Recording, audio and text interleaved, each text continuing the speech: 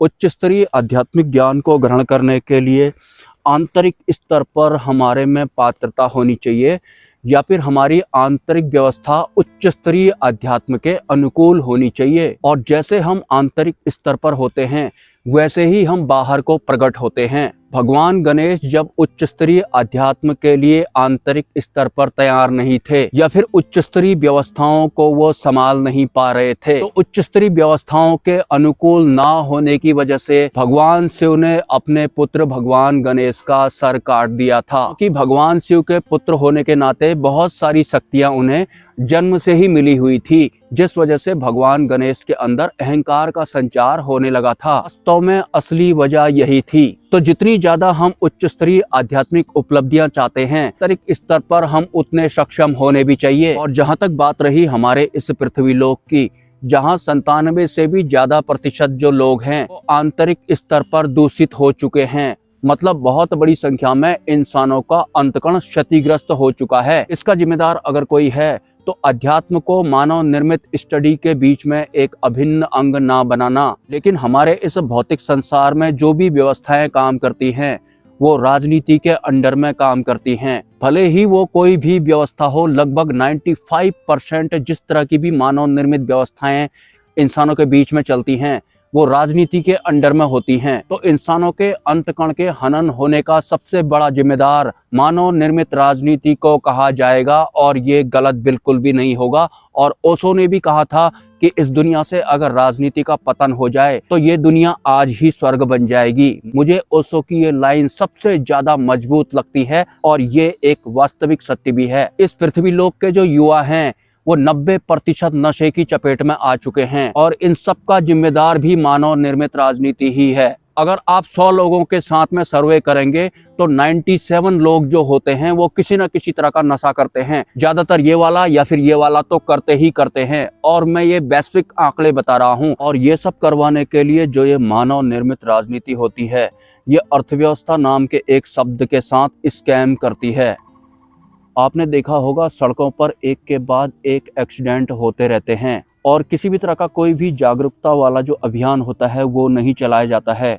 मतलब कोई एक्सीडेंट होगा तो वो गाड़ी के पार्ट्स बिकेंगे या फिर उसमें जो लोग जख्मी होंगे वो फिर इलाज करवाएंगे, हॉस्पिटल चलेगा, मतलब अर्थव्यवस्था चलेगी। जब ये सब होगा तो ही अर्थव्यवस्था चलेगी। टोटल मिला के मोटा मोटा आप ये समझ लें, जैसे कोई ट्रक राह पर चलते किसी आदमी को अगर कुचल देता है तो उसके बाद जो लोग होते हैं वो चक्का जाम लगा देते हैं, और कुछ दिनों तक जो बड़े वाले ट्रक होते हैं उनकी आवाजाही रोक दी जाती है। लेकिन एक हफ्ते बाद वही ट्रक जो होते हैं दोबारा से उन्हीं सड़कों पर चलने लगते हैं। लेकिन ये सब भी सीधा सीधा नहीं हो जाता है। जब तक लोग धरना नहीं देते हैं, चक्का जाम नहीं लगा देते हैं, तब तक किसी भी तरह की कोई रोकथाम भी नहीं की जाती है, और उसके बाद फिर से उन सबको ऐसे ही छोड़ दिया जाता है। और ऐसे ही ये नशे के मामले में भी होता है। लोग नशा करने के लिए शराब खरीदते हैं तो अर्थव्यवस्था चलती है, और शराब के नशे में वो कोई एक्सीडेंट कर देते हैं या फिर किसी को मार देते हैं तो भी अर्थव्यवस्था चलती है। और तो और मैंने ये नोटिस किया है कि जब किसी महिला का रेप हो जाता है और जब तक वो एक बहुत बड़ी खबर नहीं बन जाती है तब तक कोई भी किसी भी तरह का एक्शन भी नहीं लिया जाता है। जैसे ही 1-1.5 महीने बाद वो केस थम जाता है तो फिर से ये सब की सब व्यवस्थाएं सो जाती हैं। मतलब इनको रोकने का प्रयास कोई करता ही नहीं है। अगर हमारे सामने कुछ आएगा, कुछ बड़ा आएगा तो ही हम काम करेंगे। कुछ इस तरह की ये मानव निर्मित व्यवस्थाएं हैं, और हमारे ही इस भौतिक जगत में जिस भी तरह की गड़बड़ होती हैं, एक्सीडेंट होते हैं, फिर अन्य तरह के डैमेज होते हैं, वो सब होंगे तो ही अर्थव्यवस्था चलेगी, तो ही इन लोगों को जो है तनख्वाह वगैरह मिलती है। ये सब अगर नहीं होगा तो ये लोग मानव निर्मित गर्व भी नहीं महसूस करेंगे। मतलब अगर तनख्वाह ना मिले तो मानव निर्मित गर्व भी नहीं महसूस करेंगे। इस तरह की हमारी मानव निर्मित व्यवस्थाएं होती हैं। सबसे बड़ा मुद्दा अगर मुझे आजकल कोई दिखाई देता है तो वैश्विक स्तर पर जो ये नशा है ये एक बहुत बड़ा चैलेंज बन चुका है। लेकिन अर्थव्यवस्था के नाम पर स्कैम करने वाली ये राजनीतियां, मानव निर्मित राजनीतियां किसी भी तरह का कोई एक्शन नहीं ले रही हैं, क्योंकि अगर नशा वगैरह नहीं होगा तो फिर अर्थव्यवस्था कैसे चलेगी। भले ही मानव की पीढ़ियां कमजोर हो जाएं या फिर विलुप्त ही क्यों ना हो जाएं, अर्थव्यवस्था को चलाना जरूर है। और वैसे ये मानव निर्मित राजनीति जिस अर्थव्यवस्था की बात करती है, ये सब इनके ही हाथ में होता है। मतलब इस तरह की अर्थव्यवस्थाओं का स्कैम करके सब कुछ इनके पास ही जा रहा होता है। और जो आम जनता होती है वो भी एक तरह से अंधी जैसी हो गई है, क्योंकि आम जनता के ऊपर विकास नाम का एक शब्द बार बार फेंक के मारा जाता है कि तुम्हारा विकास होगा, तुम्हारे एरिया का विकास होगा।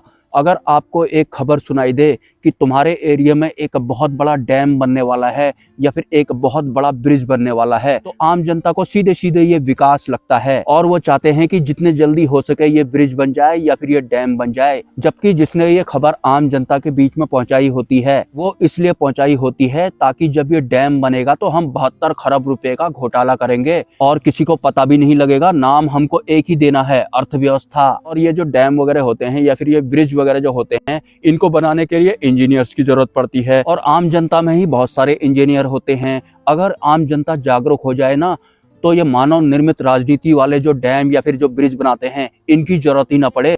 आम जनता खुद ही बना देगी ये डैम और ब्रिज। लेकिन आम जनता को तो देने वाले की आदत पड़ी हुई है कि कोई है हमारे ऊपर जो ये सब हमें बना कर देगा, क्योंकि उनको आदत ही कुछ ऐसी डलवा दी गई है। टोटल मिलाकर वैश्विक स्तर पर अब सुधार की गुंजाइश ना के बराबर रह गई है, क्योंकि जो एक आम इंसान है वो आंतरिक स्तर पर क्षतिग्रस्त हो चुका है। और इसका सबसे बड़ा जिम्मेदार अगर कोई है तो ये मानव निर्मित राजनीति है, क्योंकि ज्यादातर मानव निर्मित व्यवस्थाएं इनके ही अंडर में चलती हैं। और जो ये मानव निर्मित राजनीति होती है ये तब तक ही आम जनता को अपने कब्जे में रखती है जब तक आम जनता जागरूक नहीं होती है। और जिस भी देश की जनता जागरूक होने लगती है तो फिर ये दोबारा से आम जनता को बेचारा बनाने के लिए अंदर ही अंदर कुछ ऐसा गेम प्लान बनाते हैं कि दोबारा से जो जनता जागरूक हो रही थी वो बेचारी बन जाती है। अगर आपके देश में किसी भी तरह के आंतरिक स्तर पर या फिर वैश्विक स्तर पर युद्ध चल रहे हैं तो आप भूल कर भी इस गलतफहमी में मत रहना कि कोई दूसरा देश हमारा दुश्मन है, इस वजह से ये हो रहा होगा।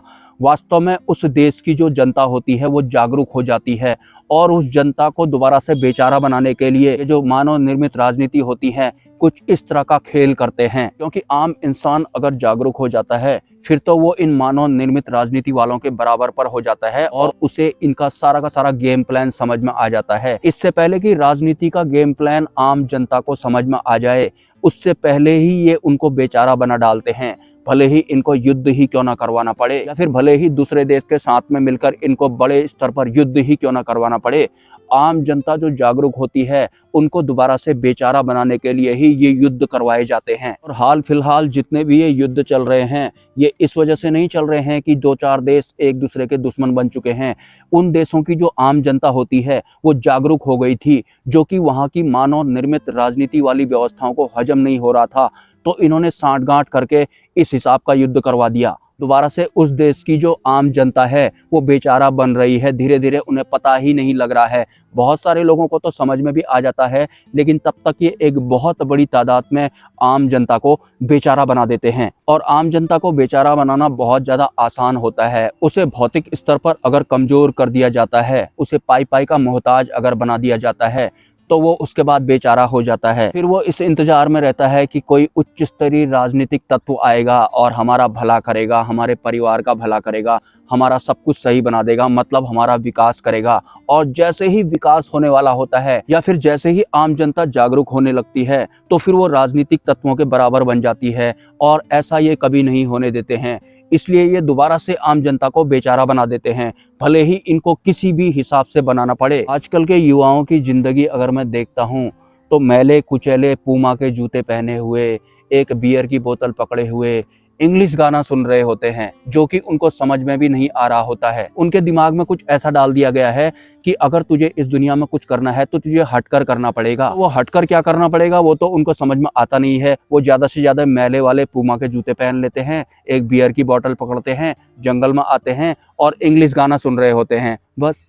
और थोड़ी देर बाद वो घर चले जाते हैं। घर जाकर वो मोबाइल स्टार्ट करते हैं तो सोशल मीडिया में उनको बहुत तरीके के चेहरे दिखाई पड़ते हैं। फिर उन्हें ऐसा लगता है कि साला दुनिया में इतने लोग तो इतनी अच्छी ज़िंदगी जी रहे हैं, मैं क्यों नहीं जी पा रहा हूँ। और जिनकी ज़िंदगी उनको अच्छी लग रही होती है वो एक रोल निभा रहे होते हैं, वो जानबूझकर उस तरह का दिखा रहे होते हैं। उनके पास भी कोई दूसरा तरीका होता नहीं है। मतलब ये जो आम जनता है ना, इनका मानव निर्मित राजनीति ने पूर्ण रूप से चूरन काट दिया है। ऑस्ट्रेलिया ने अपने देश में बच्चों के लिए सोशल मीडिया बैन कर दिया है। सोशल मीडिया के इस्तेमाल से छोटे छोटे बच्चे ही नहीं, जो बड़े हैं जिनको अकल आ गई थी उनकी अकल भी मिट गई है, वो भी घर बैठे बैठे बर्बाद हो गए हैं। नमस्कार।